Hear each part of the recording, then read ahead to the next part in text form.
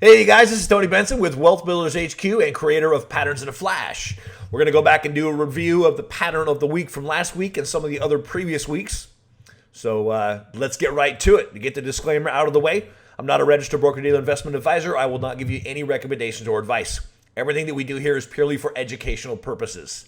If I do mention a trade, a specific trade, just assume that it is a paper trade or a practice trade. For regulatory reasons, we do not discuss funded trading here. So let's take a look. Two stocks we looked at last week. And this, for those of you that don't know, those that subscribe to Patterns in a Flash have access to these. They will get them typically on a day like today. It's a Thursday. I either do them Wednesdays or I either record them Wednesday or Thursday morning and get them to the tech team and they get them up at some point on Thursday. So, and that's once a week. I have anywhere from I've done as many as 7 or 8 one time. Last time at Christmas because we had some breaks in there. So I threw some extras in there. But usually I try to find one bullish, one bearish. And last week we looked at DWAC and Home Depot. DWAC, if you don't know, is Digital World Acquisition Corporation, which is the SPAC that Trump set up, from what I understand. It is Getter, is the social media platform, basically to compete with Twitter and Facebook and all the other social medias out there. So whether you love Trump or hate him, doesn't really matter. If we can make some money off of stock, who cares, right? Granted, there are some stuff, a lot of people, if you have a moral objection or, an ethics objection for whatever reason, that's fine. Just don't trade the stock. It's no big deal. I know some people won't trade pot stocks because they don't agree with it. So if that's where you're at, then so be it. And that's fine. I got no problem with that. So I am all about individual liberty and people having their own beliefs, and you're entitled to them. So let's leave that at that. So here it is, though. Digital World Acquisition. It's new, as you can see, and this thing was crazy. I remember somehow hearing about it the day that it opened, and you can see it. SPAC is a Special Purpose Acquisition Corporation, which is essentially, from what I understand it, the way I understand how it works is if there's a company that's already gone public and they're on the market and they're essentially defunct and they're going to come off the market, or all the IPO stuff has been done, you can go in and buy the company. And essentially, you back in another new company into the old company that was already listed on a public exchange. Because taking a company public, doing an IPO is very expensive. It's expensive and time-consuming. When I say expensive, like millions. And it's time-consuming. If you take a public company, a company that is already listed on the public exchange, and you acquire the company for pennies on the dollar because it's in default or for whatever reason, and you just basically put your company inside that one, it's taking a shell and putting a new company inside of it and putting it out there. Excuse me, still got the Rona cough a little bit. So what happened is this thing opened up at $12. I remember seeing it, somebody mentioned it, and I think it was on Benson, and ran to 50 the same day.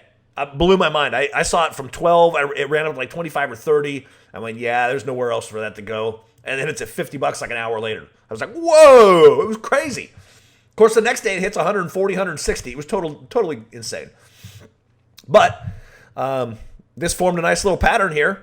And this news right here, I think that either this big day is when Joe Rogan jumped on. And if I didn't mention that, part of the reason this thing's going crazy right now, the last week or two, Joe Rogan set up an account on here and told all his followers, if you don't know who Joe Rogan is, go check him out. He is probably the number one guy on social media platforms. On YouTube, he's got something like 12 million followers or something like that. 12 million people that subscribe to his channel. 20 or something like that. I don't know. It's a huge number. I've seen him on there, and that's how I know. Sorry. But yeah, it's crazy. So he set up an account on Getter, and within like an hour or two, or the same day of him announcing that he set up a Getter account, something like 1 million people signed up and got on that platform. So that was a massive publicity event for those people that hadn't heard about Getter, and it's obviously given them a huge boost. I mean, you can see it was about $50 when it happened, and it hit 90 yesterday, the day before. And it's at 85 right now. It's up 7 points from yesterday. It's right about here. So, and it's pattern of the week. I looked at it, and I did not get into it. It was a little too late for me. I wish I would have, obviously, but woulda, coulda, shoulda. Right? It's a deadly syndrome. So you got to be careful not to fall into that trap and get disciplined and stick to your plan. This was too far away. My stop would have been down here, too far away. And frankly, being a new stock, the liquidity is not that great. I actually day traded this yesterday. And it kind of freaked me out because the spread was like 40 and 50 cents on the stock. So I went from, up $100 to down $600 just like that. Freaked me out. And then all of a sudden, next thing you know, I'm up $300. Then I'm up $500, and then I stopped out, and I think I banked $300 to $330 in a matter of 10 minutes. But it's wild and crazy. There's just not a ton of liquidity, even though it trades 6 million shares a day. And the option spreads are big too. That's one reason I didn't buy options on it. I went and looked at it. I went, this is way further away from the stop, but maybe I'll just pick up a small position to mitigate the additional risk. But the spreads were like 50 cents and $1. Just way too much. Way too rich and way too risky. It would have paid off, but had it not made a move like this, I would have gotten crushed. And I don't like getting crushed. So I just left it alone. But it is something that I did look at day trading it again this morning. But, and it ran 6 points in 10 minutes, so I was kind of cranky that I didn't get on. But it's one of those, it is wild and crazy. So I've got to have, in order to trade this on a day trading basis, it's got to be an absolutely perfect setup.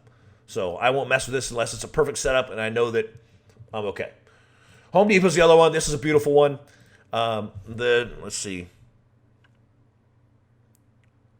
What day was it that we did these? Forgive me just a sec. I should know this. It should have been exactly a week ago, but I'm going to double check to make sure I have the right dates. 13th, that's what I thought. So there's the day I did the pattern of the week.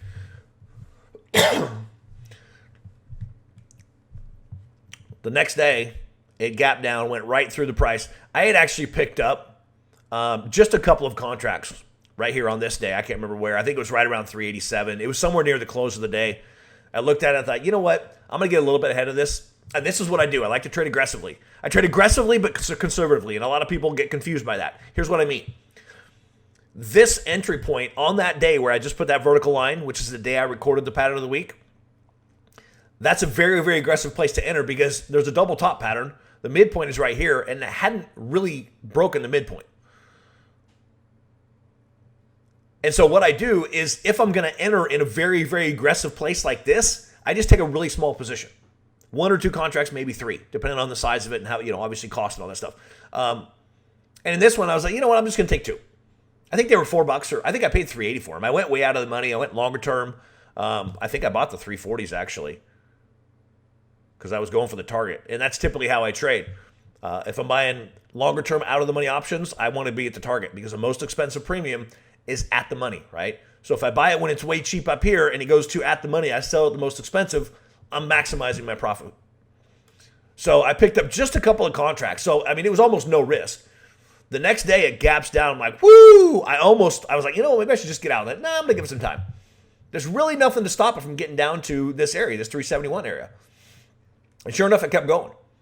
And I usually would have added to it, and I was going to, but it moved so quick through that 377. I don't know if I left. I don't remember exactly what happened, but I missed that, and I thought, well, maybe I should. I thought, well, it's too far away now. So I just left it. I went, okay, no problem. And I almost closed it out at the end of the day because I'm looking at it. I think I doubled my money already. And I went, well, let's give it. There's a lot of extra room here. So unless it'd have to gap way, way up tomorrow for me to get in a losing position. So I'm just going to leave it. The next morning it gaps down. I was like, woo! I'm way over double now. And when it tanked off in the first little bit, the first 10 or 15 minutes, I sold half of it. I sold one contract for, I think, $850 or $950, something like that. I paid $380 for them 2 days before. I more than doubled my money on half the position. And granted, am I cranky that I didn't have 10 contracts? Yeah. But you know what, though? I was also very happy I was there. That's one reason I do that. Because had I not gotten into the position this day, I don't know that I would have added. I probably wouldn't have gotten into it here because the risk was big. If I would have taken a small position here because it is a lot of risk and a lot of potential there. And I know earnings season's started, so we're still a ways away from Home Depot. But I still probably would have taken a smaller position here. So I started off in a great position. So yeah, I was cranky I didn't have 10 contracts because I would have absolutely killed it, but I still killed it. Percentage-wise, it's the same. Yeah, only 2 contracts, but I took out half. And then yesterday, this big down day, at some point, it gapped up a little bit, ran. I went, yeah, I'll give it some more time, and it dropped off. I can't remember where I got out. I think it was right around 365, 362. But I got out of that, and I had more than a double on that. So I more than doubled my money in 3 days on a really small position, but still, it was fun. So I'm waiting for this thing. I'm going to see if it'll bounce back up. If it bounces back up to this 370 or maybe even back to 387, then I'll look at getting bearish on it again. But we'll see. It could very easily continue to drop the fall all the way to 340. If it goes there, I would actually look at a bullish position if it drops down to here, especially if it does it quick. That's me. So let's look at some of the past ones. Bristol-Myers was 2 weeks ago. The vertical line is where I highlighted it. This is where if you don't have patterns of flash and you don't take advantage of the patterns of the week, this is one that obviously 2 days later it popped up, and then the next day it hit the entry point. And it's just stalling out right here. But I would expect, this is where I'd have my stop right up here about 64. I didn't get in this. I had so many other positions on that I made the decision to not put any more trades on. I'm just going to I think I had 10 or 12 trades on, which is a lot more than I normally have. So I decided I'm just going to wait. I'm going to manage the ones I have, and things have worked out beautifully so far. So I did not take advantage of this one, although I wish I would have. But sometimes you just get to a point where it's like, you just got to slow it down a little bit. So LAC, this is another one. This was has been on the radar for a while, and it's actually triggered a few entries. Still watching it, though. And I did not take advantage of that either. Again, I finally paired back. I think I got out of 6 trades yesterday. Newmont, this is one that's been in place since this base was built at 53. This was a beautiful day yesterday. I was in this thing, got out of some of it here. It gapped down. I still had a little tiny bit left here. I decided not to stop out and waited. Came back up here and re-entered. I played this a whole bunch, in and out. I got in here. I got out a little part of the position here. I held it through this, actually, which was a little bit nuts, but was very happy the next day. And I sold, I think I cleared out everything here. And then it broke back above, and I got in. And I've just traded in and out. And yesterday, I actually took out part of it at the target here, 63.60. And then it kept going, and I was like, But that's why I trade. That's why I scale in and scale out. Because I got out a part of it here with a really healthy 40, 50, 60, 70% profit. I don't even know. And then it kept going. And I still had a position on. So it got up to here at about 65. I took another part of it off. And now I still have a little bit. It was down like 80 cents last I saw. But so something to think about. Just something to kick around. Nike's another one that was beautiful. Highlighted it right here as a descending triangle. This was earnings. You can see the earnings triangle here. So didn't trade it there, but I did say watch it after earnings. And then I continued to talk about it here. And it came up and hit this downtrend line again. And I got in this one, I remember, on this day. And 3 days later, we hit the target. I held on to it here. And then the next morning when it gapped and hit 150, I went, I'm going to get out. And I got out of everything. So I had taken healthy profits on. I split it in probably 3 different trades, I think. I don't remember. But this day it gapped down and hit 150. I went, It still got a potential to go to 145, I figured, and sure enough, it did. I think it's bounced a little today, but I didn't care. And it did bounce up for a few days, so anyway. NVIDIA, this is another one, a beautiful little, miniature little head and shoulders. I wouldn't call it beautiful, but it definitely, you can see it's played out. This line, this little head and shoulders line has been there since that vertical line. Actually, before that, because I was watching it. So, and this is another one I didn't take advantage of because I was so heavily weighted on the bearish side, I wasn't going to get in this one too.